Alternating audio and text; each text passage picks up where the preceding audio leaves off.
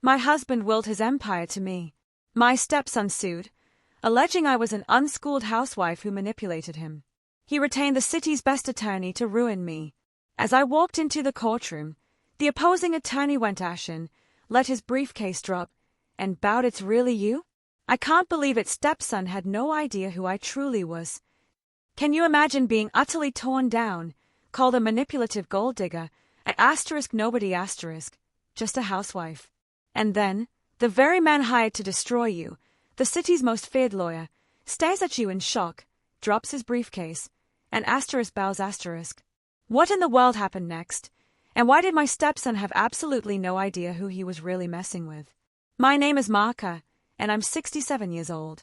Today, I'm finally sharing the story of how I learned what it feels like to be called just a housewife in a courtroom full of strangers, and how that moment ignited a fire I thought had long gone out. The morning the summons arrived felt just like any other, a quiet echo of the 6 lonely months since Richard, my beloved husband, had passed. I made coffee in the ceramic mug he bought me for our 15th anniversary, sat at the kitchen table where we'd shared 2 decades of breakfasts, and tried desperately to pretend the silence wasn't suffocating me. Our house, once so full of life and laughter, now felt too big, too quiet, filled with memories that both comforted and tormented me. Then, the doorbell rang. A young man in a cheap suit, with an unnerving, formal politeness, handed me an envelope. "Mrs. Stone, legal documents. Just need your signature here." My hands trembled as I read the papers. Trevor, my stepson, was contesting Richard's will. The words undue influence, manipulation, gold digger, and opportunist jumped off the page, searing into my mind. They claimed I'd taken advantage of an elderly man's diminished capacity. I sank into Richard's old leather armchair, the very one where he'd read his evening newspaper, and felt the world tilt on its axis. 20 years of marriage, 20 years of caring for this family, and this was how it ended. The courthouse smelled of old wood polish and, frankly, broken dreams. I walked through those vast, marble hallways in the simple navy dress I'd worn to Richard's funeral, clutching my small purse like a lifeline. Every single step echoed, making me feel smaller, more insignificant with each sound.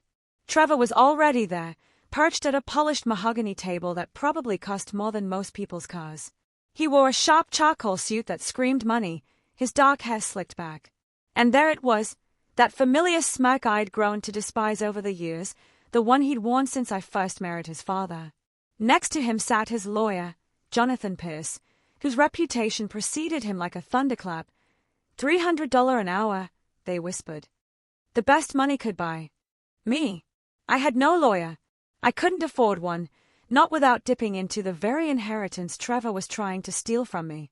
"All rise," the bailiff announced, and Judge Hamilton entered.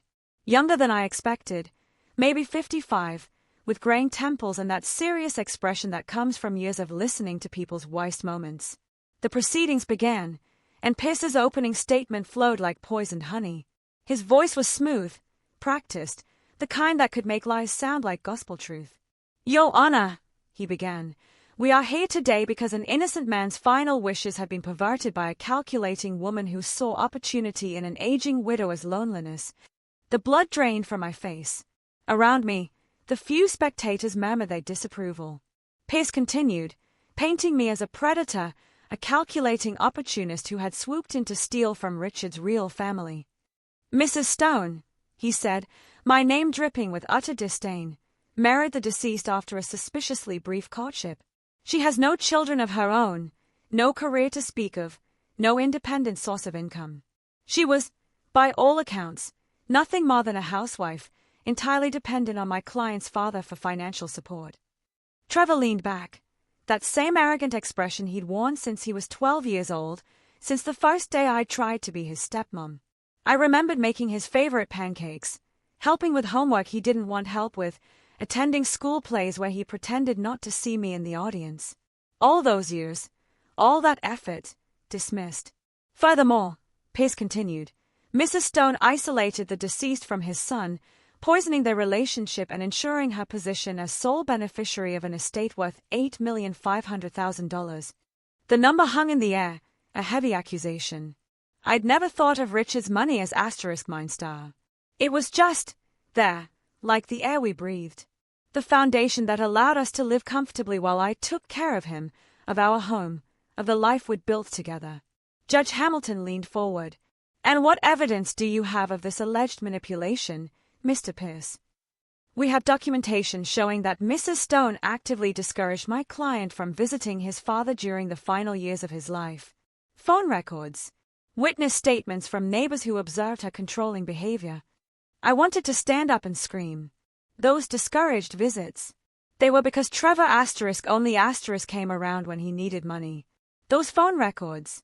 They showed me desperately trying to reach Trevor when his father was dying, begging him to come home one last time. But how do you prove love? How do you demonstrate 20 years of caring in a language the law understands? Pierce gestured toward me dismissively. Your Honor, we're dealing with a classic case of elder abuse. A woman with no marketable skills, no education beyond high school, who latched onto a vulnerable man and systematically turned him against his only child. That's when Trevor finally spoke. She is just a housewife. He laughed, a chilling sound that echoed off the courtroom walls like a slap. Your Honor, look at her. She can barely manage her own finances, let alone understand the complexity of my father's estate. She probably doesn't even know what half those assets are worth. The courtroom fell silent, except for Trevor's disgusting chuckle. Judge Hamilton's expression remained neutral, but something flickered in his eyes when he looked at me. Mrs. Stone, do you have legal representation? I stood slowly, my legs unsteady beneath me. No, Your Honor. I'm representing myself. I see. He made a note. And what is your response to these allegations? My throat felt dry as sandpaper.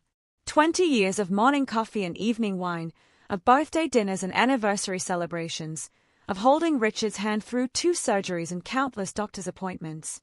How do you compress a life into legal terminology? Your Honor, I managed, my voice raspy. I loved my husband. Everything I did was to take care of him, to make him happy. I never asked for his money. I never even wanted it. Trevor snorted. Right. That's why you married a man 23 years older than you. I married Richard because he was kind, I said, my voice gaining strength despite the tremor in my hands. Because he treated me with respect. Because after my first marriage ended, he showed me what real love looked like. Pierce shuffled through his papers. Your Honor, we can produce witnesses who will testify that Mrs. Stone frequently made comments about inheriting the deceased's wealth. Her own neighbor heard her discussing the will just weeks before his death. Mrs. Chen. My stomach dropped. She'd caught me crying on the front porch after Richard's diagnosis, when the doctor told us he had maybe 6 months left. I'd been terrified, not of losing the money, but of losing him, of being alone again. But how would that sound in a courtroom? Judge Hamilton glanced at his watch. We will adjourn for today and reconvene tomorrow morning at 9 o'clock. Mrs. Stone, I strongly advise you to consider obtaining legal counsel.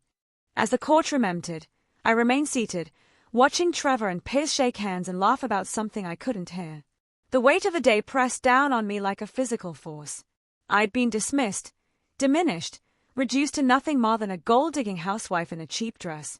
But as I finally stood to leave, something inside me began to stir. Something that had been sleeping for 20 years, buried beneath casseroles and PTA meetings and anniversary parties. Something that remembered who I used to be before I became Richard's wife. Trevor thought he knew me. Pierce thought he could destroy me with a few well-placed accusations. They had no idea who they were really dealing with. That evening, I sat in Richard's study, surrounded by the ghosts of our life together. The walls were lined with law books, his collection from his days as a corporate attorney, and photographs from our travels. Venice, Paris, the cabin in Vermont where we spent our last anniversary. Everything felt fragile now, as if Trevor's accusations had the power to erase 20 years of happiness. I poured myself a glass of the Merlot Richard had been saving for a special occasion that never came, and tried to make sense of what had happened in that courtroom. The way Trevor had looked at me, like I was something dirty he'd stepped in. The way Pierce had dismissed me as if I were nothing. Just a housewife, I whispered to the empty room, and the words tasted bitter. But I wasn't always just a housewife, Was I? My fingers traced the spines of those law books. I remembered when I'd had my own collection, when I'd worn power suits instead of aprons, when people stood when I entered a room. That life felt like a dream now, buried so deeply I sometimes wondered if I'd imagined it at all. The phone rang, startling me from my thoughts. The caller ID showed a number I didn't recognize, but I answered anyway.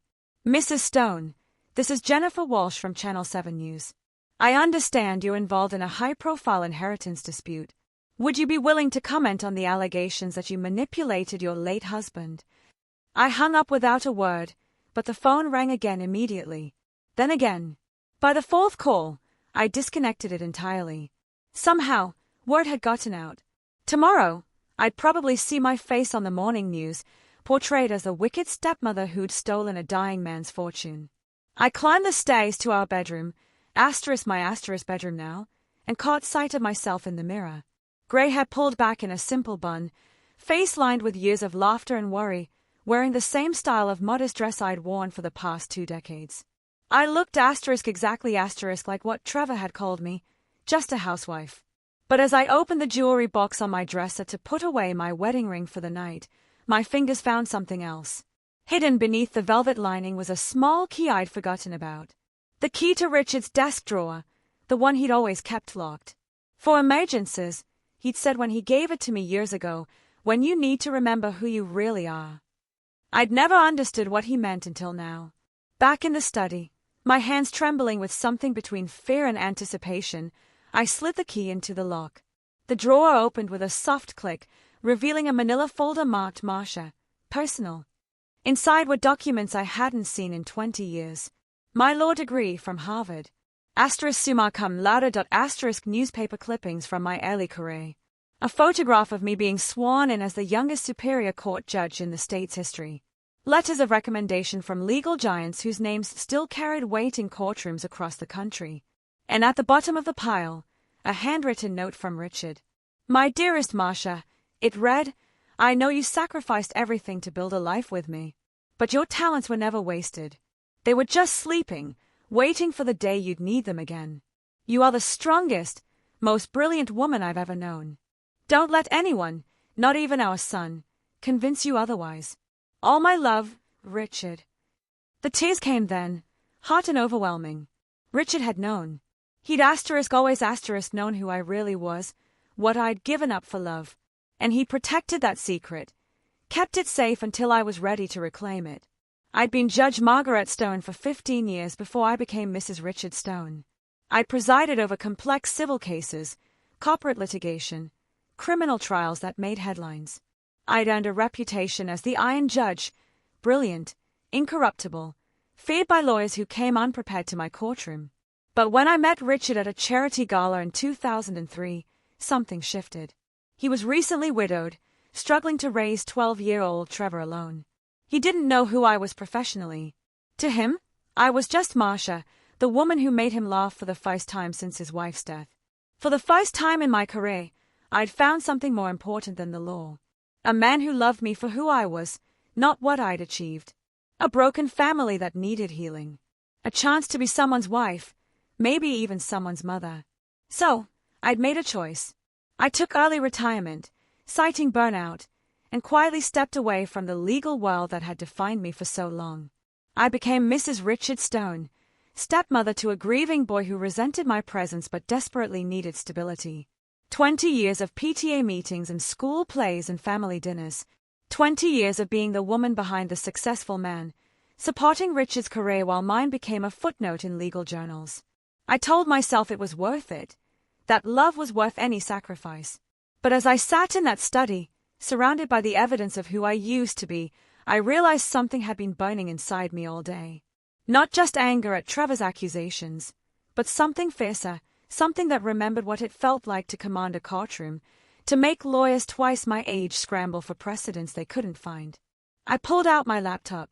Richard had insisted I learn to use it, though I'd mostly stuck to email and online shopping, and did something I hadn't done in 20 years. I researched case law, inheritance disputes, undue influence, burden of proof. My fingers moved across the keyboard with muscle memory I didn't know I still possessed, navigating legal databases like I'd never left. The law had changed in some ways over the past 2 decades, but the fundamentals remained the same. And Trevor's case, it was weaker than tissue paper. Pierce was relying on emotional manipulation and circumstantial evidence. He had no proof of coercion, no documentation of diminished capacity, no witnesses to any actual wrongdoing. What he had was a grieving son's resentment and a jury's potential sympathy for a young man who felt cheated out of his inheritance. But sympathy doesn't win cases. Evidence does. And I was beginning to remember exactly how to find it. I spent the rest of the night in that study, reading through Richard's papers with eyes that hadn't seen them in 20 years. Not as a wife, but as a lawyer. The will was ironclad, witnessed and notarized properly. Richard's medical records showed no signs of dementia or cognitive decline. His financial advisor had detailed notes about their discussions regarding the inheritance, including Richard's specific concerns about Trevor's spending habits and lack of responsibility. More importantly, I found Richard's private journal from his final months. Page after page of entries expressing his love for me, his gratitude for our life together, and his growing disappointment in Trevor's behavior. The last entry, dated just a week before his death, made me catch my breath. Marcia doesn't know I've seen her old courtroom photos hidden in that box in the closet. She thinks she gave up everything for me, but she has no idea how proud I am of what she accomplished. If anything happens to me, I know Trevor will try to hurt her. He's never forgiven her for taking his mother's place in my heart. But my Marcia is stronger than she knows. She's forgotten what she's capable of, but I haven't. She's going to surprise everyone. I closed the journal and looked around the study with new eyes. This wasn't just Richard's space. It had been mine, too, long before I'd ever met him. And tomorrow, when I walked back into that courtroom, I wouldn't be walking in as just a housewife. I would be walking in as Judge Margaret Stone. Trevor thought he could intimidate me with his expensive lawyer and his accusations. He thought I was nothing more than the woman who'd cooked his dinner and washed his clothes for 20 years. He was about to learn how wrong he'd been about everything. The second day in court arrived with a crispness that matched my newfound resolve. I dressed carefully that morning, choosing the same navy dress from the day before, but this time I carried myself differently. My spine was straighter, my steps more measured. I was still playing the role of the grieving housewife, but underneath, something had awakened. Trevor and Pierce were already at their table when I arrived, deep in conversation over stacks of papers. Pierce looked confident, almost bored, like a man who'd already won. Trevor wore that same smirk, occasionally glancing my way as if I were an amusing sideshow. Judge Hamilton entered promptly at 9 o'clock, and I noticed something I'd missed yesterday, the way he carried himself, the careful precision of his movements. He reminded me of the young attorneys who used to appear in my courtroom, the ones who'd studied every case precedent and still trembled when they stood to speak. "Mr. Pierce," Judge Hamilton said, "you may call your first witness." "Thank you, Your Honor. I'd like to call Mrs. Elizabeth Chen to the stand." My stomach clenched as my neighbor took the oath. Mrs. Chen had lived next door for 8 years. Always polite, but distant. I'd helped her with groceries after her hip surgery, brought her soup when she had the flu. But as she settled into the witness chair, she wouldn't meet my eyes. Pierce approached her with the practiced ease of a predator who'd cornered his prey. "Mrs. Chen, how well did you know the deceased, Richard Stone?" "Pretty well. He was a good neighbor, a very kind man. And his relationship with his son, Trevor." Mrs. Chen shifted uncomfortably. "Well, I didn't see Trevor visit very often in the last few years. Did Mrs. Stone ever discuss this with you?" "Sometimes." Her voice was barely above a whisper. She seemed frustrated by it. Pierce nodded encouragingly. "Can you tell the court about a specific conversation you had with Mrs. Stone regarding the inheritance?" My heart hammered against my ribs. I knew what was coming. It was about 2 months before Richard died. I found her crying on her front porch. She was upset about his diagnosis. "The cancer, you know." And she said. Mrs. Chen paused, glancing at me with what looked like guilt. She said she was scared of what would happen to her when he was gone, that she'd given up everything for him, and Trevor would probably try to take it all away from her. The courtroom was dead silent. Pierce let the words hang in the air like smoke. "Did she mention the will specifically?" "She said Richard had promised to take care of her, but she was worried Trevor wouldn't honor that promise. Pierce smiled. No further questions. Judge Hamilton looked at me. Mrs. Stone, do you wish to cross-examine the witness? I stood slowly, my legs steadier than they'd been yesterday. Something was stirring in my chest. Not panic, but calculation. Yes, Your Honor. I approached Mrs. Chen, noting how she flinched slightly. Poor woman. She had no idea she was about to become my first piece of evidence that things weren't what they seemed. Mrs. Chen, you testified that I was crying on my porch when we had this conversation. Can you tell the court why I was crying? She blinked, clearly not expecting this question. Because Richard was dying. Specifically, what had I just learned that day? Pierce started to object, but Judge Hamilton waved him off. I'll allow it. Mrs. Chen looked confused.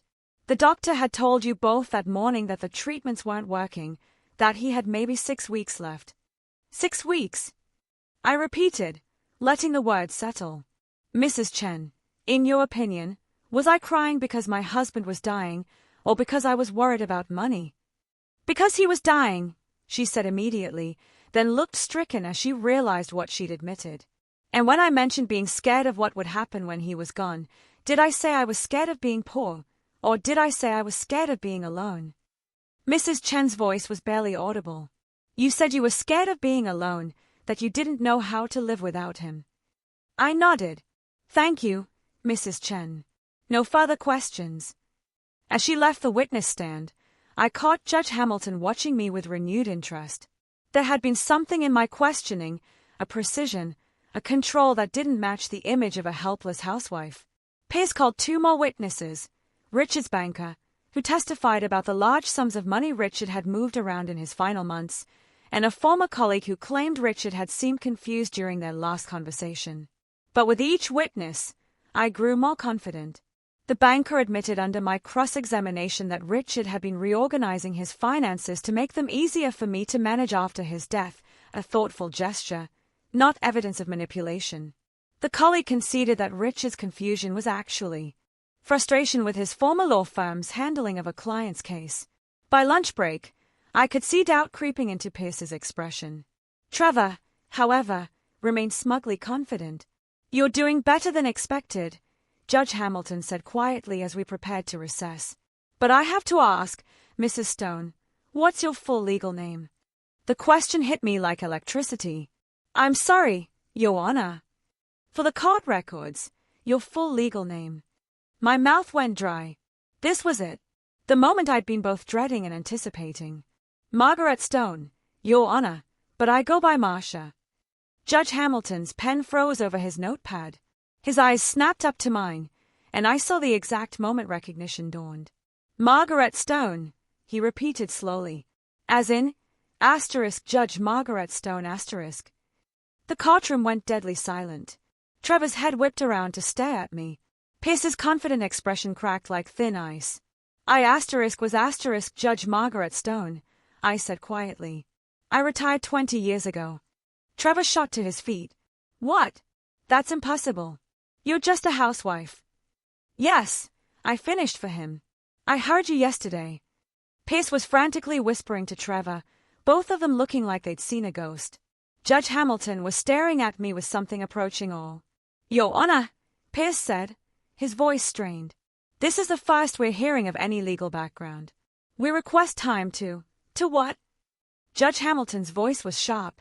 To research the woman you've been calling an uneducated gold digger. Mr. Pierce, did you not investigate the background of the opposing party? Pierce's face had gone pale. We conducted standard background checks, Your Honor. There was no indication of any legal career. Because I took my husband's name and retired from public life, I said simply. But my bar membership is still active. I've kept up with continuing education requirements. I am, in fact, qualified to represent myself in this matter. The weight of what was happening began to settle over the courtroom. Trevor looked like he was about to be sick. Pierce was shuffling through papers as if he could find some magic solution to the disaster unfolding before him. But Judge Hamilton was looking at me with the kind of respect I hadn't seen in 20 years. Judge Stone, he said formally, I had the honor of appearing before your court several times as a young attorney. You were formidable. A small smile tugged at my lips. I tried to be fair, Your Honor. You were both fair and brilliant. He turned to Pierce. Mr. Pierce, I suggest you use the lunch recess to reconsider your strategy. Court will reconvene at 2 o'clock. As the courtroom emptied, I remained seated, feeling the transformation that was taking place inside me. The mask I'd worn for 20 years was beginning to slip, and underneath, Judge Margaret Stone was waking up. Trevor approached my table, his face twisted with rage and confusion. This is impossible. You can't be a judge. Judges don't just become housewives. I looked up at him, really looked at him for the first time in years. Not as a stepmother, not as the woman who tried so hard to earn his love, but as the judge who'd spent 15 years sizing up liars and manipulators. Some of us, I said quietly, choose love over power, Trevor. But that doesn't mean we forget how to fight when we need to. His mouth opened and closed like a fish gasping for air. Behind him, Pierce was making frantic phone calls, probably trying to figure out how badly they'd just miscalculated. As I gathered my things to leave for lunch, I felt lighter than I had in months. The grief was still there. I would always miss Richard. But underneath it was something I thought was gone forever. The thrill of the hunt, the satisfaction of watching a weak case crumble under scrutiny. Judge Margaret Stone was back, and she was ready for war. The afternoon session felt different from the moment I walked back into that courtroom. Word had spread during the lunch break. I could see it in the way people looked at me, in the hushed conversations that stopped when I passed.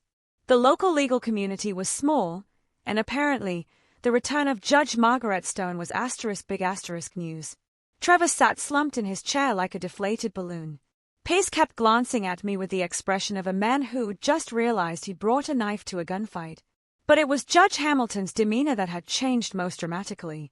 Where yesterday he'd looked at me with polite sympathy, now there was something approaching deference in his eyes.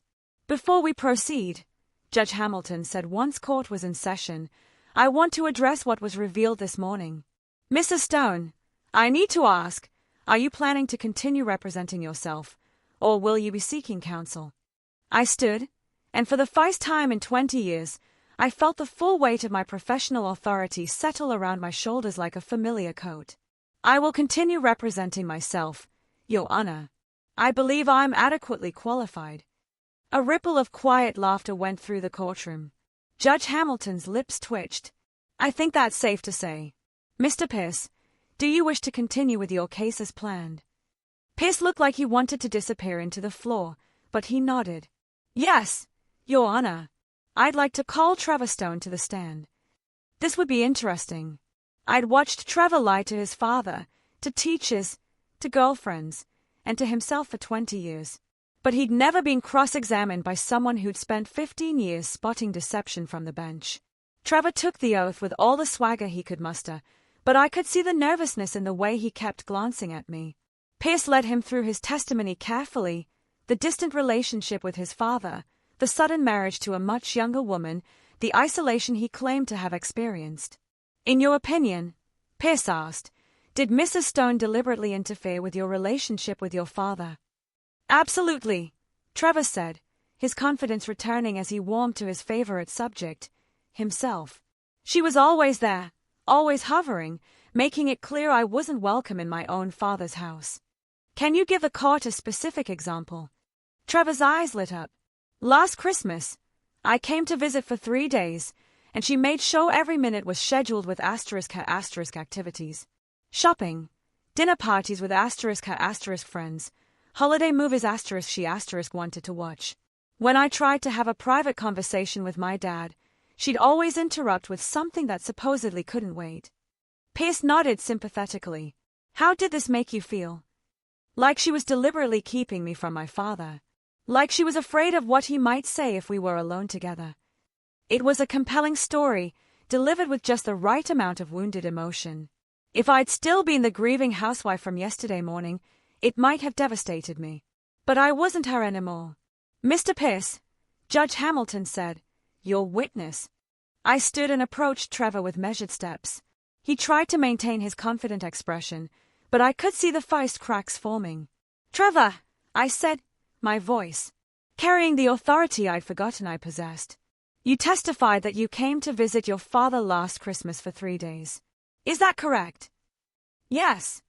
And before that visit, when was the last time you'd seen your father? Trevor shifted in his seat. I don't remember exactly. Let me help refresh your memory. I pulled out a document from the folder I'd compiled the night before. According to your father's calendar, which he kept meticulously, your last visit before Christmas was 14 months earlier.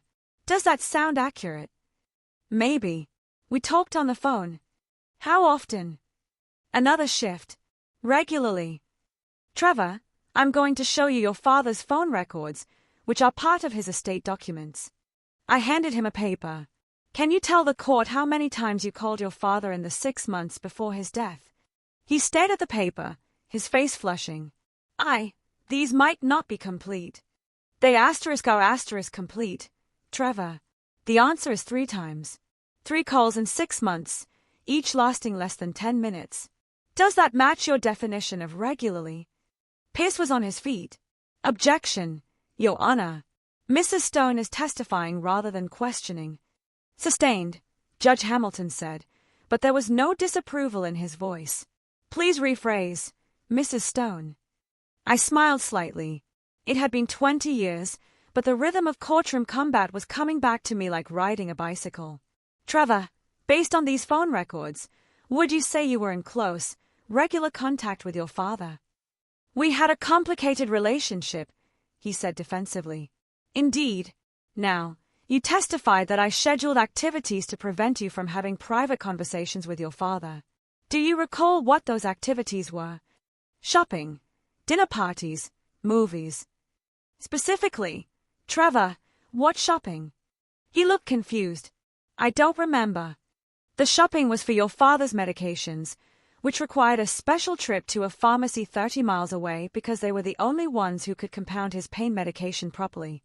The dinner parties were actually *1 dinner party, a surprise celebration for your father's 70th birthday, which you'd forgotten about until I reminded you. And the movies were films from the 1940s that your father loved but could barely hear without the volume turned up extremely loud. Were you aware that your father had severe hearing loss in his final months? Trevor's mouth opened and closed. No. So, when you interpreted my presence during your conversations as interference, is it possible I was actually helping your father hear what you were saying? The courtroom was completely silent now. I could see the jurors, yes, which somehow ended up with a jury trial, Pierce's mistake, leaning forward with interest. And Trevor, I continued, my voice softening just slightly. You mentioned being made to feel unwelcome in your father's house when you arrived for that Christmas visit. Where did you sleep? In my old room. The room I'd spent 3 weeks preparing for your visit.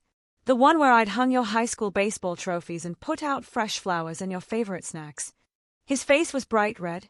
Now you? I don't remember. Let me ask you directly, Trevor. In all the years I was married to your father, did I ever even once ask you not to visit? Did I ever tell you that you weren't welcome?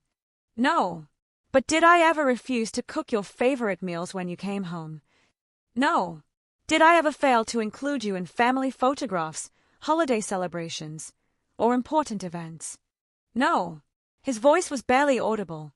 Trevor, is it possible that your feelings about our relationship had more to do with your grief over your mother's death than with anything I actually did or didn't do? Pierce shot to his feet again. Objection. Mrs. Stone is not qualified to make psychological evaluations. I turned to Judge Hamilton with the ghost of a smile. Withdrawn, Your Honor. I'll rephrase. Trevor, when you were 12 years old and I first married your father, what did you call me? Trevor looked like he wanted to disappear. I don't remember. You called me the replacement, I said quietly. And later, when your father asked you to try to be kinder to me, you said, and I quote, "She'll never be my real mom. So why should I pretend to like her?" The silence in the courtroom was deafening. I could see tears in several jurors' eyes. Trevor, I'm not trying to humiliate you, but I need this court to understand that I spent 20 years trying to earn your love, not trying to steal your father's. I never asked him to choose between us. I simply asked him to let me love you both. Trevor was crying now. ugly, gasping sobs that shook his whole body. "You don't understand," he choked out. "He loved you more than he ever loved me, more than he loved my mother. I could see it every time he looked at you." And there it was, the truth that had been festering for 20 years. "Trevor," I said gently, "love isn't a finite resource. Your father's love for me didn't diminish his love for you. It just made our family bigger." Judge Hamilton was watching this exchange with something approaching wonder. Pierce looked like he wanted to crawl under his table and disappear. "But Trevor, you're not here because you miss your father or because you feel unloved. You're here because you want his money. So, let me ask you one final question. In the week before your father died, when I called you 6 times, begging you to come say goodbye, why didn't you come?" Trevor's sobs intensified. I was busy. I had work." "You were in Las Vegas, Trevor, with your girlfriend, gambling with money your father had given you the month before for your rent." Pierce was frantically shuffling papers, probably looking for some way to object. But what could he say? These were facts, documented and verifiable. While your father was dying, asking for you every day, wondering why his son wouldn't come home, you were at poker tables, losing the last money he would ever give you. I let that settle for a moment, watching the jury absorb the full weight of what they were hearing. "So when you stand before this court and claim that I manipulated your father, that I stole your inheritance, that I turned him against you, I want you to remember that you did all of that yourself. I just loved him enough to hold his hand while he waited for a son who never came home." Trevor collapsed completely, his whole body shaking with the force of his grief and shame. Judge Hamilton called for a brief recess, but the damage was done. As the courtroom emptied, Pierce approached my table with the look of a man facing his own execution. "Judge Stone," he said quietly, "I think we may need to discuss a settlement." I looked up at him with a cold precision that had once made seasoned attorneys break into nervous sweats.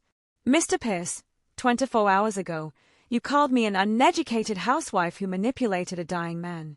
You questioned my intelligence, my integrity, and my right to be loved. Now you want to settle." He swallowed hard.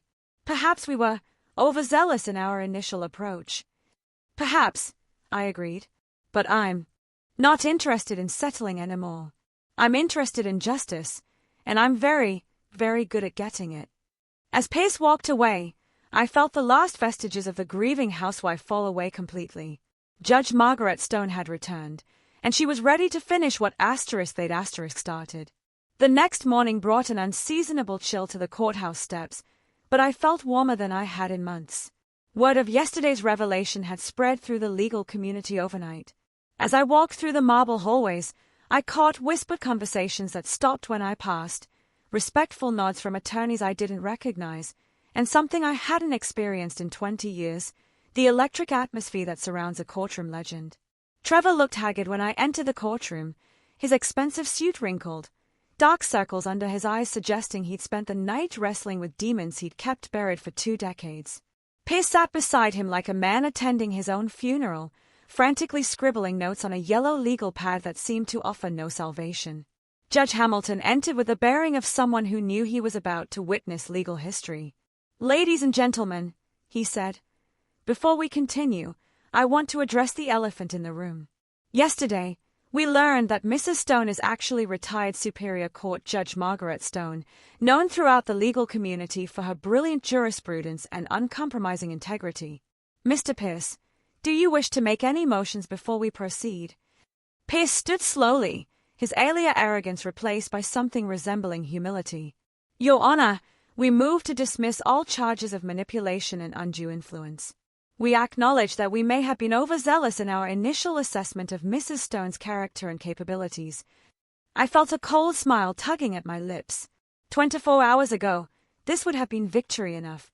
But something had changed during the long night I'd spent preparing for this moment. This wasn't just about the inheritance anymore. It was about justice for every woman who'd ever been dismissed, diminished, or called just a housewife. I stood before Pierce could sit down. "Your Honor, I object to the dismissal." Judge Hamilton raised an eyebrow. "Mrs. Stone, the plaintiff is attempting to withdraw their case in your favor. You're objecting to winning." "I'm objecting to settling for less than the full truth, Your Honor." Mr. Pierce and his client have made serious allegations about my character, my competence, and my fitness to inherit my late husband's estate. I believe this court and the public record deserves to hear all the evidence before we conclude these proceedings. I could see understanding dawning in Judge Hamilton's eyes. He'd been a young attorney when I was on the bench, and he remembered my reputation for thorough, uncompromising justice. "Very well," he said. "Mrs. Stone, you may present your case." I had spent the entire night preparing for this moment, and I was ready. "Your Honor, I call Richard Stone to testify." A murmur rippled through the courtroom. Pierce shot to his feet. "Objection. The witness is deceased." "Not Richard Stone himself, Mr. Pierce." Richard Stone's voice, preserved in video testimony he recorded 3 months before his death, specifically in case his will was ever contested. The silence that followed was deafening. Trevor's face went white as I approached the bailiff with a tablet containing the video file I'd found hidden in Richard's computer files the night before. "Your Honor," I said, "my husband was a meticulous man who understood human nature better than most. He knew that his son might challenge this will, and he wanted his own voice to speak from beyond the grave." The courtroom's attention focused on the large screen as Richard's face appeared, gaunt from his illness, but his eyes still sharp with intelligence and determination. "My name is Richard Stone," his recorded voice began, "and I am of sound mind and body as I record this on March 15, 2024. I am creating this testimony because I fear that after my death, my son Trevor will attempt to contest my will and vilify my beloved wife Marcia in the process." Trevor slumped in his chair as his father's voice filled the courtroom with an authority that death couldn't diminish. "Let me be clear about several things. First, I was never manipulated, coerced, or unduly influenced by Marcia. Every decision I made regarding my estate was mine alone, made with full knowledge of my son's character and behavior patterns that I observed over 35 years of his life." Richard's image leaned forward slightly, his gaze seeming to look directly at Trevor through the screen. "Trevor, if you're watching this, I want you to know that I loved you. I always loved you. But love doesn't blind a parent to their child's failings. You are irresponsible with money. I've bailed you out of debt 17 times in the past 10 years. You are unable to maintain steady employment despite every advantage I've given you. And most painfully, you have shown nothing but contempt for the woman who tried to love you like her own son." I watched Trevor's face crumble as 20 years of denial crashed down around him.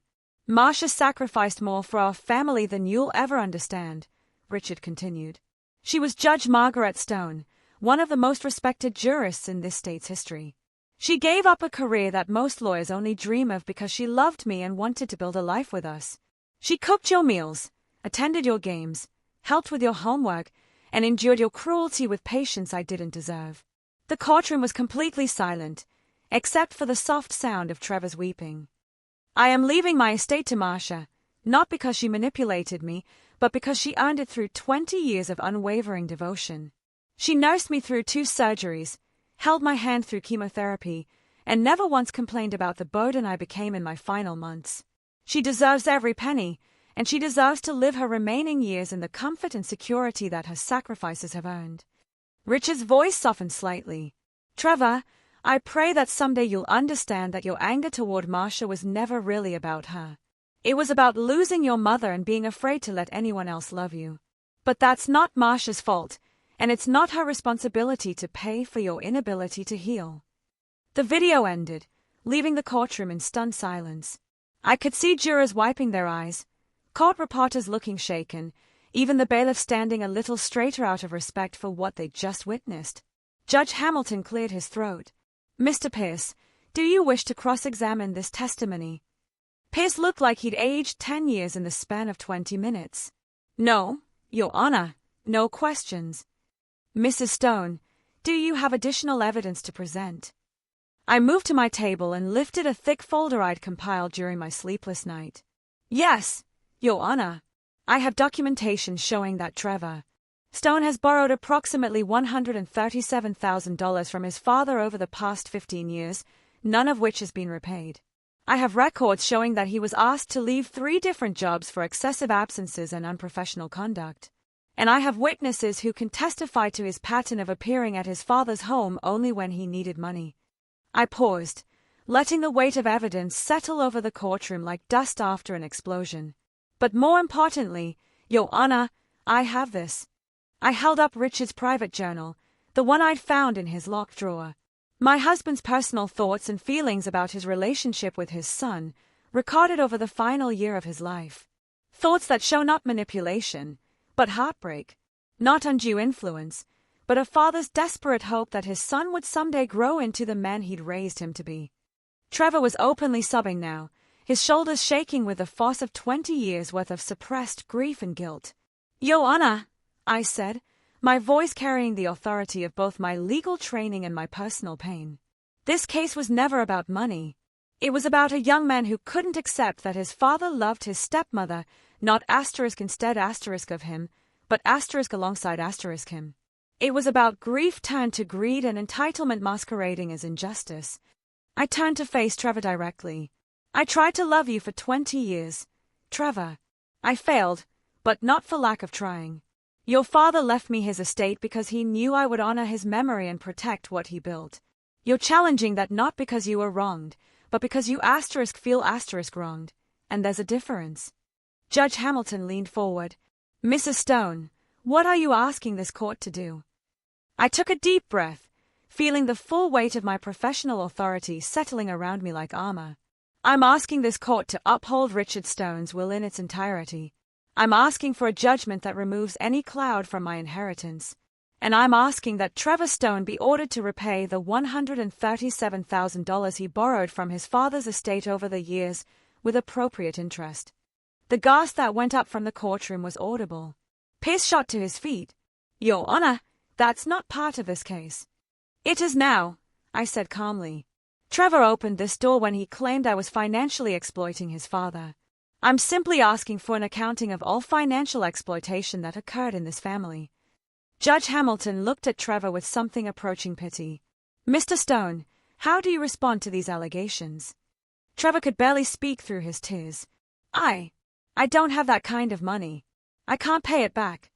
Then perhaps, I said quietly, you shouldn't have borrowed it in the first place. The silence that followed felt like the end of the world. And in many ways, it was. The end of Trevor's world of entitlement and denial.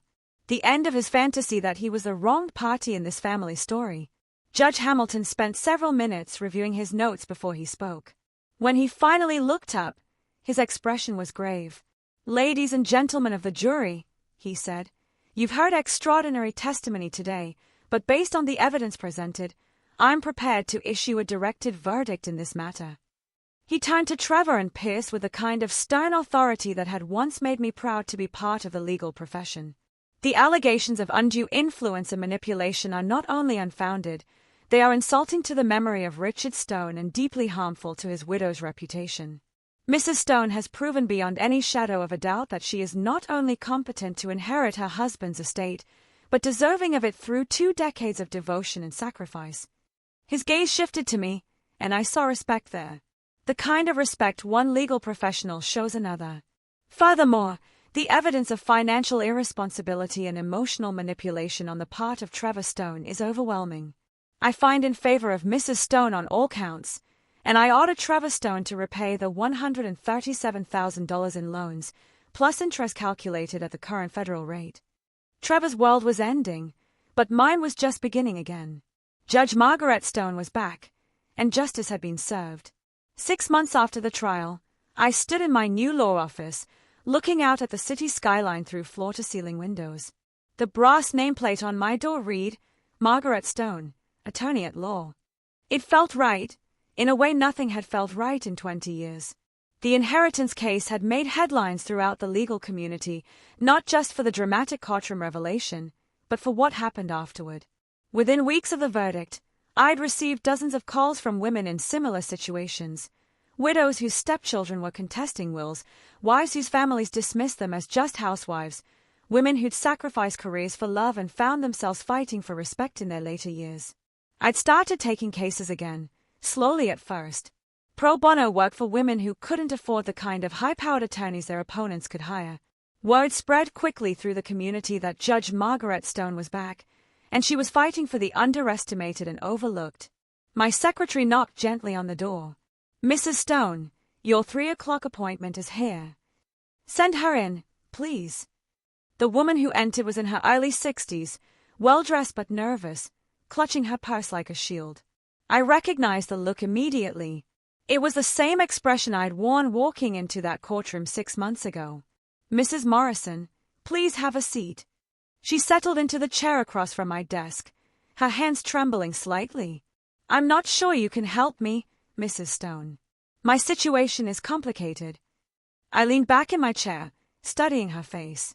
Mrs. Morrison, I've learned that the most complicated situations often have the simplest solutions. Tell me what's happening. My husband died 3 months ago. We were married for 18 years. His second marriage, my first. His children from his first marriage are claiming I brainwashed him into changing his will. They are saying I'm just a gold digger who married an older man for his money. The familiar story settled over me like an old song I'd heard too many times. And what's the truth? She looked up at me with eyes full of pain. The truth is that I gave up my nursing career when his first wife died, and he needed help raising his teenage daughters. I spent 15 years trying to be a mother to girls who hated me for not being their biological mother. I nursed him through diabetes, through heart surgery, through depression after his business failed. And now they want to paint me as some kind of predator. I nodded, making notes on a yellow legal pad. Do you have documentation of your contributions to the household? Financial records, medical records, anything that shows your involvement in his care? I kept everything, she said, her voice gaining strength. Receipts, medical appointments, bank statements showing my nursing salary going toward household expenses. I even have letters he wrote to me about how grateful he was for my sacrifices. I smiled, feeling the familiar thrill of a winnable case. Mrs. Morrison, I think we're going to get along very well. As she left an hour later, armed with a legal strategy and renewed confidence, I reflected on how much my life had changed. The grief over Richard's death was still there. It probably always would be, but it no longer defined me. I'd found purpose again, a reason to get up each morning that went beyond just surviving. My phone buzzed with a text message. The caller ID made my stomach tighten. Trevor. Can we talk? I've been thinking about what you said in court. I stared at the message for a long time before responding. Coffee tomorrow at 10 o'clock. Bros on 5th Street. The next morning, I arrived at the coffee shop early and chose a table near the window where I could watch for Trevor's approach. When he finally appeared, I was struck by how different he looked. Gone was the arrogant swagger, the expensive suit, the smirk that had infuriated me for 20 years. He looked older, humbled, like a man who'd been forced to confront some uncomfortable truths about himself. He spotted me and approached hesitantly, as if unsure of his welcome. Marcia, thank you for agreeing to see me. I gestured to the chair across from me. Sit down, Trevor. He ordered coffee, and we sat in uncomfortable silence until it arrived. Finally, he cleared his throat. I owe you an apology. More than an apology. I owe you.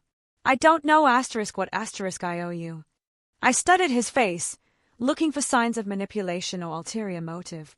What I saw instead was genuine remorse and something I'd never seen from him before, humility. You don't owe me anything, Trevor.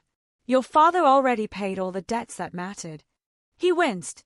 That video he made, watching it, hearing him talk about me like that, it was like seeing myself through someone else's eyes for the first time. And what did you see?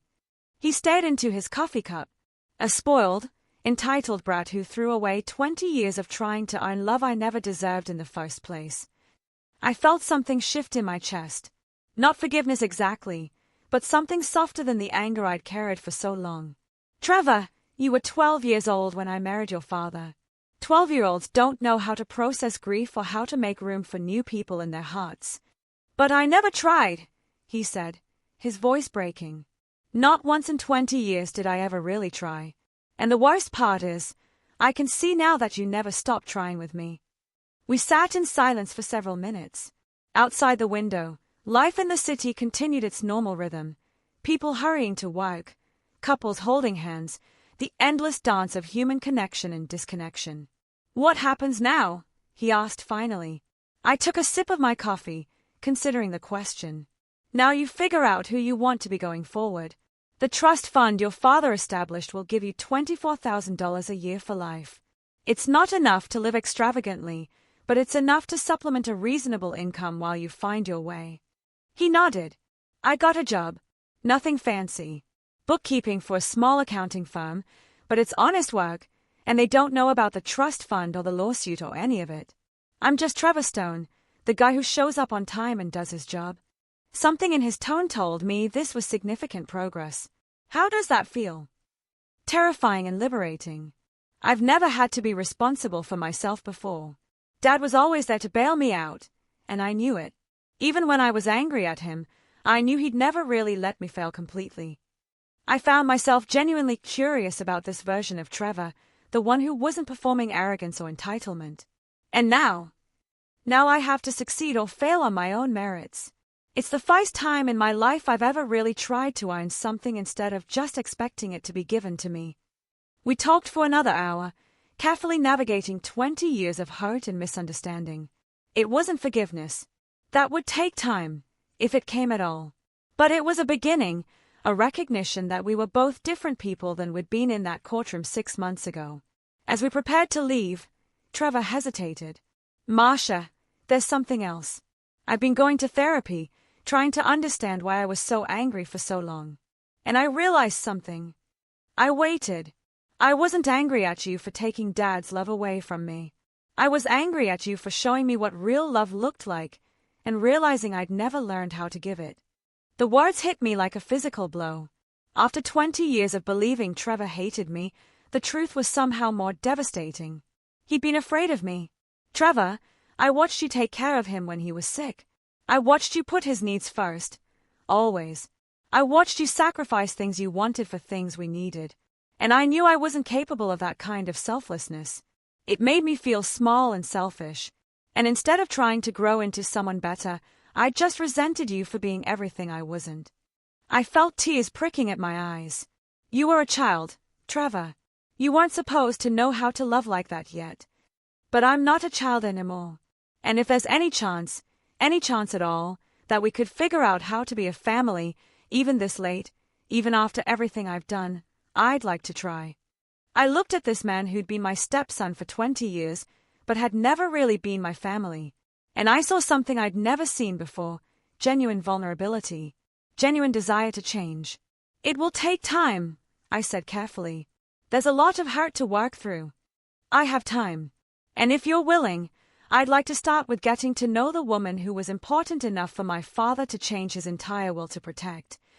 I stood to leave, slinging my purse over my shoulder. At the door, I turned back. "Trevor, your father loved you. He never stopped loving you. Not even when he was disappointed in you. I hope you know that." His eyes filled with tears. "I'm starting to." 6 months later, I stood in the same courtroom where everything had changed. This time, representing a 72-year-old woman whose stepchildren were trying to have her declared incompetent. The opposing counsel was young, cocky, clearly believing this would be an easy victory against an elderly widow. They had no idea who they were dealing with. As I rose to deliver my opening statement, I felt the full weight of my authority, my experience, and my purpose settle around me like armor. I was Judge Margaret Stone, attorney at law, protector of the underestimated and defender of the dismissed. And I was exactly where I belonged. "Your Honor, ladies and gentlemen of the jury," I began, my voice carrying the confidence of a woman who'd found her way back to herself. "This case is about more than an inheritance. It's about a society that assumes a woman's worth diminishes with age, that believes a widow's grief makes her an easy target for exploitation." I paused, letting my eyes sweep across the courtroom. "Today, we're going to prove them wrong." Behind me in the gallery sat Mrs. Morrison, whose case I'd won 3 months earlier. Next to her was Mrs. Chen, the neighbor who testified against me but had later become one of my strongest advocates. And in the back row, wearing a simple suit and looking nervous but proud, sat Trevor. My family. Not the one I'd been born into or married into, but the one I'd built through battle, through loss, through the decision to stop hiding who I really was. The phoenix had risen from the ashes, and she was ready to fight. Now, I'm genuinely curious about *your* thoughts after hearing my story. What would you have done in my place? Have you ever faced something similar, where you felt dismissed or underestimated? Tell me what you think. I really want to know. Drop your comments below.